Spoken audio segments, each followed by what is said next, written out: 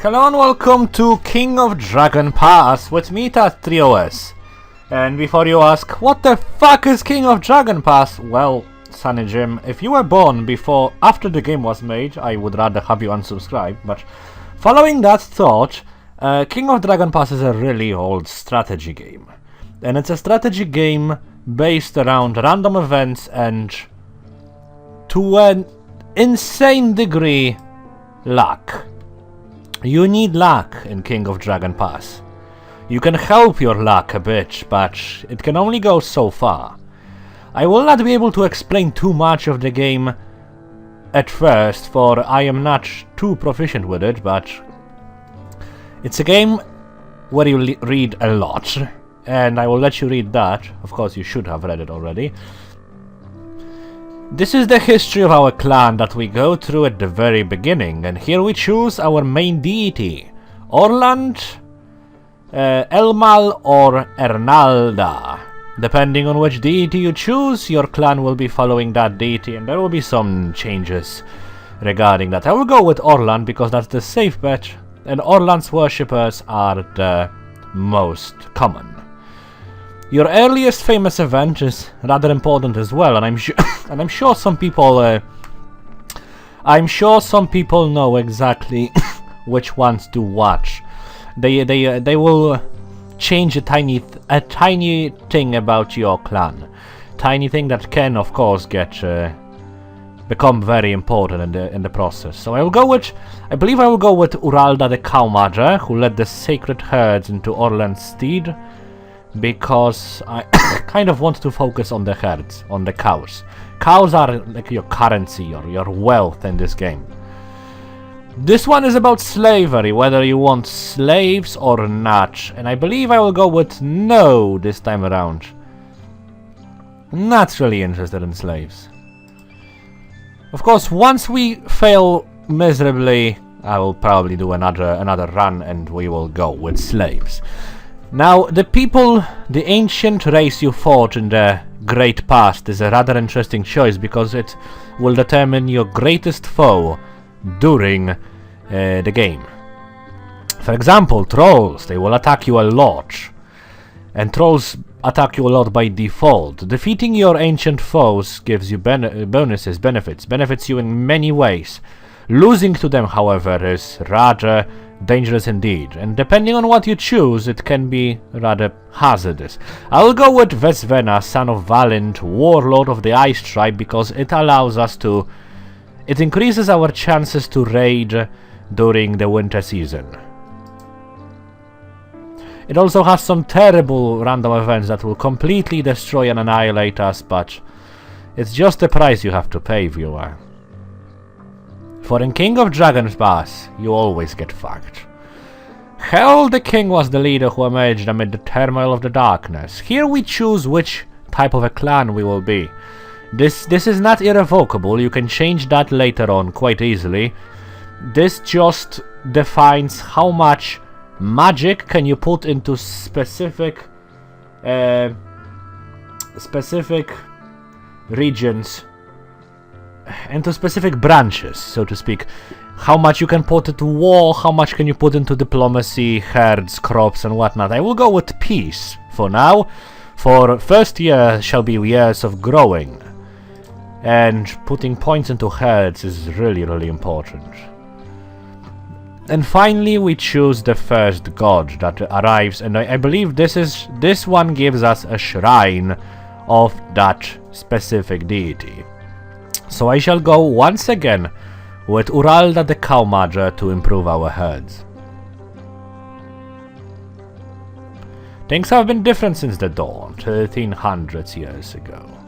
So the history is rather young in that world. And here we choose what type of a relationship had our ancestors with the dragons. Hostile, negative, neutral, positive. I will go with positive this time around. And it's kind of bad because dragons said fuck you people, and they destroyed everyone in the end. Even those who were friendly with them. If you don't follow the ways of your ancestors, you will suffer for it. But sometimes it's difficult to follow your ways of the ways of your ancestors. Sometimes it's really disadvantageous doing so. So we set up to the Dragon Pass, and now we decide how much land did we get. And that is, I believe, the last decision we make before the actual game starts. The less land you have, the easier it is to defend it, but you will also have problems with overpopulation much faster. The more land you have, the longer it will be enough for you, but you will also have difficulties guarding your herds. So your cows, basically. But I will go with lots more than we would probably need. You can lose and gain land during the game as well. And I shall call my clan...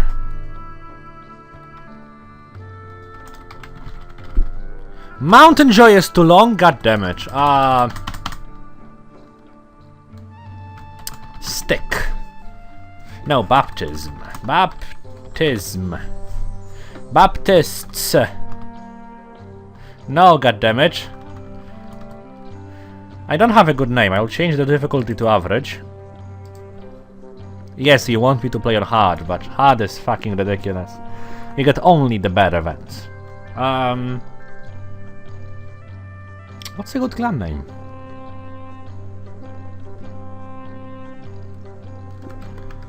Rockbottom.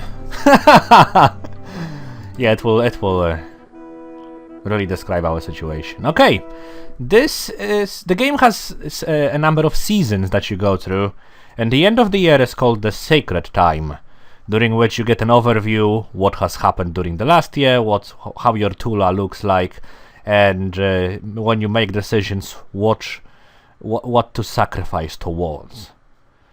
This is the first year, so you don't actually have a summary.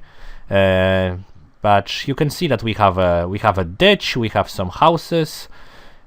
We'll get to all of that in just a second. Proceed.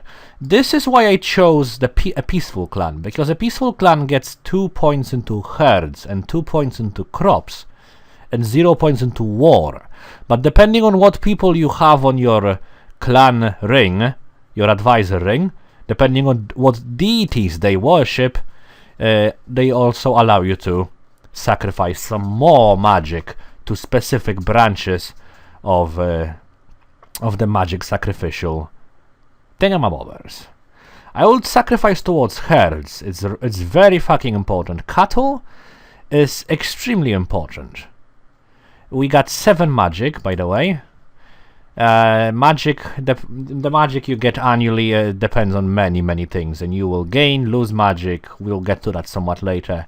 I'll do a poor job explaining stuff. But before I allocate things, aside from herds, which are obviously going to be allocated, let's look at the forecast. Our God Talkers forecast that the next harvest will be a good one. They saw blood on the wall and fear for the safety of our fighters. I will allocate 3 into crops so that we benefit somewhat more from the harvests and jumpstart our food. We have a population of 771 and we have 510 food. Basically, a unit of food is enough for a single population unit per year. So we don't have enough, obviously. Cattle also gives you food. Crops, cattle give you food, and cattle is used as kind of currency for many things. Same with goods, but cattle is the most important part. Okay, so what else will I put points into? I'll put points into herds. You could put points into children, and in the long run it could benefit you, but I often find myself having too many children, and children count as population as well. So I'll go into health so that we don't lose people to diseases. Proceed. And this is your overview. We are in the sea season. Sea season is the one... Wait, goddammit. I don't have any music. Oh. That's much better. This is the overview of all the things you can do. And until I actually do something, the time doesn't pass. But once I do anything, like for example, scheduling a single unit of wildlands to be cut out, season will continue. You can do 2 actions per season, and you can get random events independently of all the actions you make. We can, for example, decide what we want to grow, that we want to get rid of some wildlands, which would help us, which does a lot of things. I will not go through that right now, because I will not change the wildlands right now. We have a lot of stuff to go through in the diplomacy sector. We start with a single alliance, which Van Stali clan, that is very far away, and we start with 2 feuds, which is basically wars, and one of them is our neighbor. We owe 4 favors, and we are due 7 favors. Favors is basically, you can get something in return for that. You can get, in times of dire need, you can get something back. And our goal will be to try to get as many friends around us as possible and wipe out all the tribes around us that aren't friendly. In the next 20 years, say. Then we have trade routes and whatnot. We only have 2 trade routes right now. We also have a treasure being Black-tailed the Bull, which as it says, sires more calves than normal. Here is the war screen. We can schedule some cattle raids and regular raids, but it is unadvisable during the sea season, which is the planting season, because it is your farmers who also go on the raids. Following that, we have the clan overview, how many farmers we have, children, weapon-tains, nobles, which are these guys, crafters, hunters, and thralls, which we will always have 0 of. Also sick and wounded, and reorganizing the clan, which I will do as first thing during this let's play, but in just a second, viewer. Then we have sacrifices and magic. There is a number of deities, a big number of deities, and all the deities have different effects should you worship them. Uralda is the cow goddess, cow magi, and by selecting the things we did, we were going to randomly get a single blessing permanently by having a shrine, which will be calf blessing or milk blessing. Calf blessing is vastly superior to milk blessing, so we were somewhat lucky to get cow blessing. You can sacrifice cows and goods to the goddesses, to gods and thralls, but we won't be doing that, to get more blessings, to uncover more mysteries, and to start hero quests, but to that we will also get to later. Each shrine, depending on the size, costs us cattle, goods and sheep. There are also pigs, but they are completely worthless. We also have Orlance's Blessing of Rain, which is very nice. Do we have another building? No, just these 2. But these are 2 very, very nice buildings indeed. I recommend getting Barntar next for either Plow Song or Vigor, which also improves your crop yield. And following that, it's all up to you, really. Next we have Exploration. We'll go to that somewhat later. And we have Legends and Mythices that we will have to go through at some point, but not just yet. And Saga, which is, I believe, the history of your clan. Okay, so first thing you should do always is reorganize your clan. We are an Orland clan, but our leader is not an Orlantian. This gives us some penalties. We should try to get a leader that is Orlantian, and we have a leader that is Orlantian. He's 55 though. You are 32, but your leadership is only good. There is another god that works as Orland for the purpose of this, but we are kind of fucked. Because our leader is not too good, indeed. He's still somewhat better than her, but she's 30 years younger. He will die soon. 10 years, tops. Unfortunately, he's the only guy I can get right now. And you would say that it's not a bad thing, because we will just, replace them. Unfortunately, this costs us a turn. Okay, next we need a person who's good with animals, and Uralda is the best person to go with animals. Unfortunately, once again, She's fucking 57, so I will choose someone else. You are only very good with animals, but you are a worshipper of Uralda, which means that we will be able to put an extra point into herds during the sacred time. I will suffer for a bit, but nothing I can do about it. I'll think about switching the fucking leader to someone else. You really need a good leader. But unfortunately, he's fucking 55, goddammit. Bargaining is rather important as well.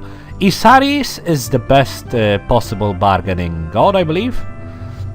He also allows us to get more sacrifice into trade, which I never do.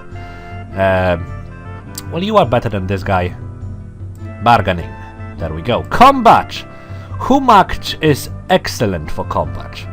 And this guy has renowned combat, which is I believe the skill brackets go from fair, then good, very good, excellent, renowned, heroic. So renowned is the highest possible we can get right now.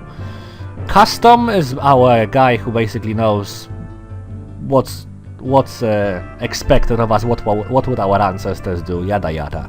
And we have the best possible guy already on the job, on the circle. Magic.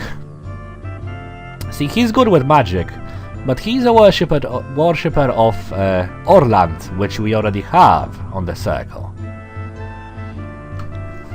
Then we have a trickster, who's also excellent in magic, but tricksters are sons of bitches. They can be useful sometimes. They can be very hazardous at other times. I will leave the trickster be for now. And plants, Barntar, excellent with plants. I will get you, obviously.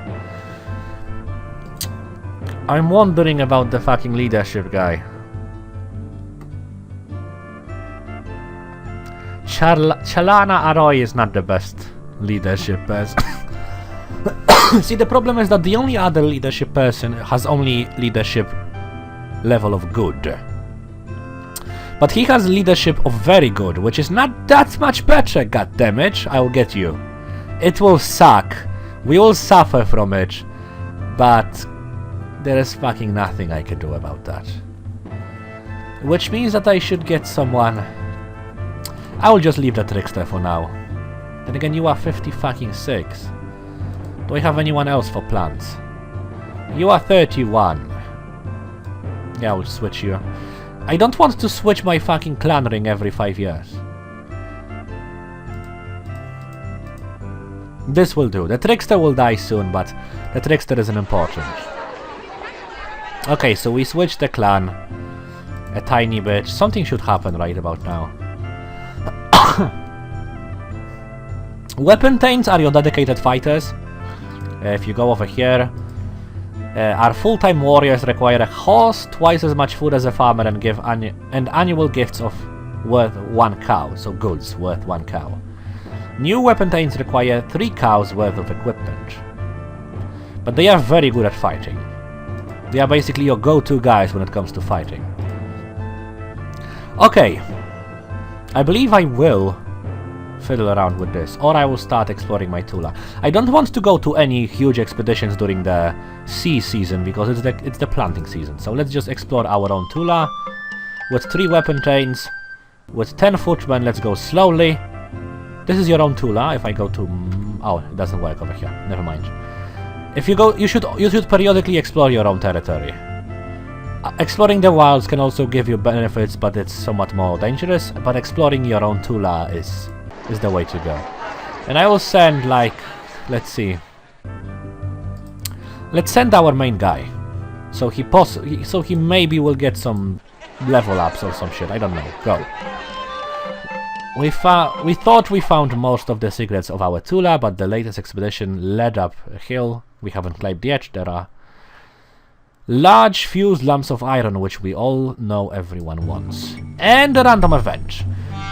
Milk-white calf has been born into the herd of one of your Carls or Rendal. A white calf is considered a creature of great good omen. We can sacrifice it to Orlange, to Uralda, let Orendal tend to the calf, or take the calf to us. We can also trade it to another clan. And my clan ring will tell us different things. Except for a trickster who's fucking worthless. And yes, in these times, Orendal has nothing to say, really. People will be a bit upset, but we are the fucking leaders. And the customs are a bit different. You will sacrifice people, you will expel them, you will murder them, because the custom demands that. Okay, if we sacrifice the calf to Uralda, our herds will benefit. If we sacrifice to Orland, our wisdom will be fortified. Orendal wishes to seem generous but does not want to give up the calf. That is understandable. We can argue that it is Orendal's duty to give up the calf, provided that the whole clan would benefit. That is true. Depending what we choose here, different things will happen. Like, if we take the calf to our chief's herds, we will improve our diplomatic relations, but cows are the most fucking important. Uralda it is. Uralda women said that the signs were very good, and that the cow mother had blessed our wisdom. It's the fire season now. Fire season is crops growing. This is the season where everyone basically raids all the fucking time. I'll go into our own Tula once again to possibly explore something more. Yes, we got another trading good. A large group of tough weapontains are here from the Zentering clan. They want our iron lamps. Refuse them politely, no. You'll regret this when we come back and take what we so generously offered to pay for. Yeah. We basically found iron, and they are feuding. They are almost feuding with us right now. We found iron and we found some gems, which we can use for our crafters, but I have to actually set the crafters to use the gems and the iron,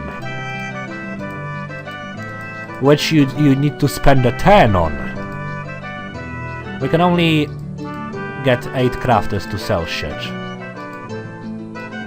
I will use 20 crafters, however. Okay, assign. Another fucking event! The trader of Zentering clan comes to your Tula in an effort to restore her reputation.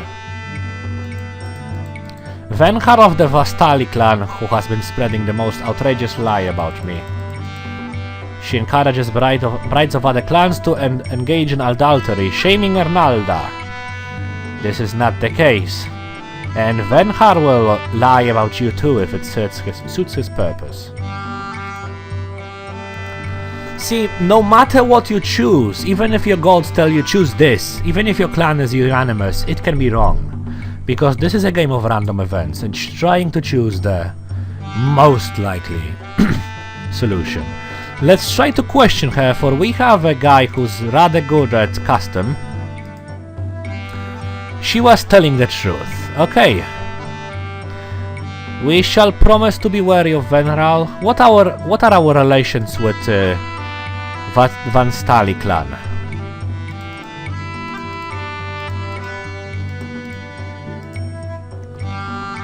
Promise to be wary of Van Stali.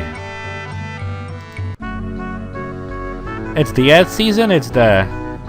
what should I call it? Harvest season. You shouldn't do anything during that. Anything combat related, that is. Okay, we will need a watchtower definitely, which helps us spot raids. This also costs us a turn.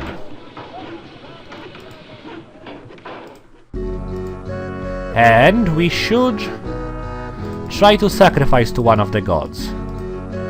Let's go with Uralda. Let's sacrifice some goods. 10 goods. No, 14 goods. To Mystery, so that we can learn Milk Blessing, or perhaps the hero quest Uralda. No, we learned Milk Blessing, it's good. Great warriors of the death god Humakch assemble. They want to wipe the undead. We shall give them permission and gift them if they succeed. Okay. I don't want to offend them, but at the same time I cannot really... Our crops did very well this year, perfect. 1206. Anyway, I didn't want to offend them, but at the same time I cannot really afford to Cannot really afford to fucking lose goods for nothing, because this can fail as well.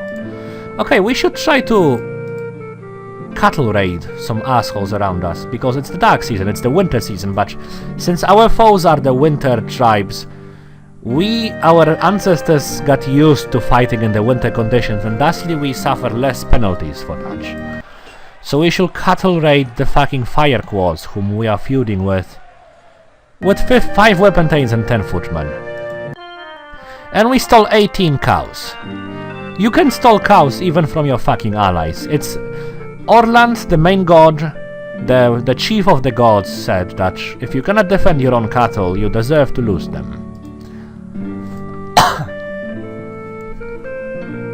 Having more cattle is always nice, but having the winter tribe as your enemies can sometimes cost you like 200 cattle in a random event. Okay, what else can we do? What's with the Apple clan? Let's try to send an emissary to the Apple clan and propose an alliance. And I'll send 10 footmen with you. Your emissary Tonalong approaches the Apples, seeking to negotiate an alliance with them. How does he argue? Har Salart is known as a miser. We must appeal to her lust of gold. You will profit greatly, yes. And the chief agreed that our two clans should be allies. After carefully considering the advantages and disadvantages of such an agreement, she said, I can only conclude that we would benefit by it. Followers of the hunter god Odaila appear before you.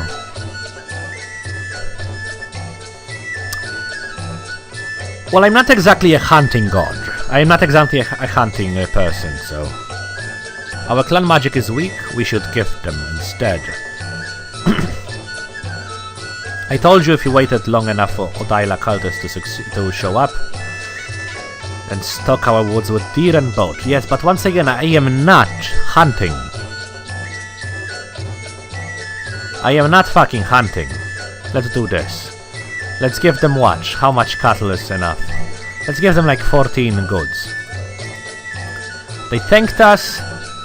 We would know when the ritual had been completed, when the forests filled with elk. See, I don't care about goods too much. Goods are the lowest scam on earth. You don't need goods that much. You need goods to maintain your temples, which is important, but other than that, goods are just meh. Okay, let's try to get some Barntar going. Let's sacrifice some goods to Barntar to get Vigor or Plow Song. And we got Vigor. This is the storm season. Let's build a temple to get Vigor permanently. I just met with god talkers of the Badger clan, and they said that the holy people of the Hjord clan have learned previously unknown secrets of the Aralda's blessing story. By listening to the story in the sacred way. It is too bad we are feuding with the Hjordings. They will never share this hard-won insight with us. Okay, we have 20 more people, 30 more children, which is bad, 36 more head of cattle, which is good, 1 more horse, 18 more sheep, and we have much more food than we did before. Perfect. I will once again put points into herds, which is very important, and from this year onward we will be attacked by our neighbors. The first year is just... it's fine, person, you will not get attacked, but since from now on, you will always be attacked. I don't want more points into crops, we don't need it. And these people basically always tell you, hey, put points into the thing I'm good with. Normal harvest, pigs would give birth to small and sickly litters. I'll put a point into war, which we can do only because we have an Orlands person in a circle and a Humakt person in a circle. And I'll put 3 points into mysteries and spend 2 points later during difficult times.